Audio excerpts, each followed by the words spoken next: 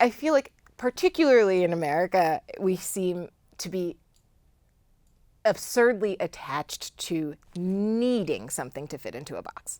Like we just become very frazzled as a society in every aspect of not just the arts, in every aspect of society. Like, look, that's why census forms exist. You know what I mean? If we cannot put you in a box that makes sense to us, then we don't really know what to do. If we cannot put you in a box that already exists, if you attempt to challenge the boxes that are there, we're going through this as a culture, as a society right now, we don't know. We don't know how to function. We don't know how to function if we can't put you in a box, right? And until the box is created, once the box is created, we're good with the box. There's that box.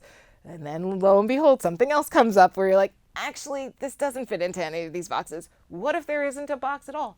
Why does there need to be a box?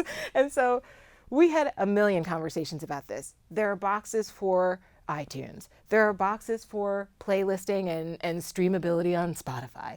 There are boxes for the Grammys. And honestly, this record ended up in a different box on each of those places, platforms, if people go and start looking pretty deeply. Most people aren't looking that deeply, but definitely when I was in talks with New Amsterdam, we had many conversations, and talking with Spectral Quartet, we had many conversations about this.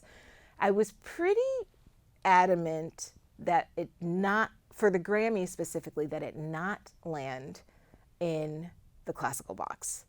Because, I mean, for all intents and purposes, it just wasn't going to look like anything else in that box at all. Now, world music is a troublesome box because nothing in that box looks like the other thing, but at least there isn't an expectation that anything in that box will look the same, right? And so to me, it was the lesser of two evils in a way, because world music is a problematic category.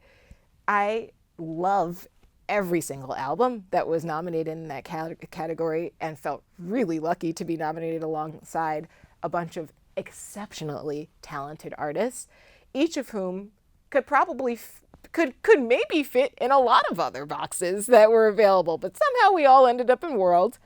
You know, it's not even apples and oranges at that point. You're talking about like dragon fruit and passion fruit next to one another. You know, you're sort of like, I don't know, these are two very different things, and throw in a tomato and there you go. So like, you know, it's like hard, but at least in that box, it wasn't going to be expected to look like the other things in the box. And I knew we didn't stand a chance at that in the classical box, because I think there's no one who would look at this record and say, that's a classical music album. And that's unfortunate, because I do think that it does, you know, I think it's very clear that I am a student of classical music, that is a big part of my lineage and my history. And I think that comes through on the record. I think it's very clear that this Haitian record does not sound like any other Haitian record that I've ever heard. And I think, you know, I don't think that there is a traditional Haitian music artist out there that would look at this record and say like, oh yeah, that's like very clearly Haitian music. I think they appreciate it, and they see the influence, and they see the connection to the history and the lineage, and the, you know, paying of respect to a tradition that has been totally turned on its head.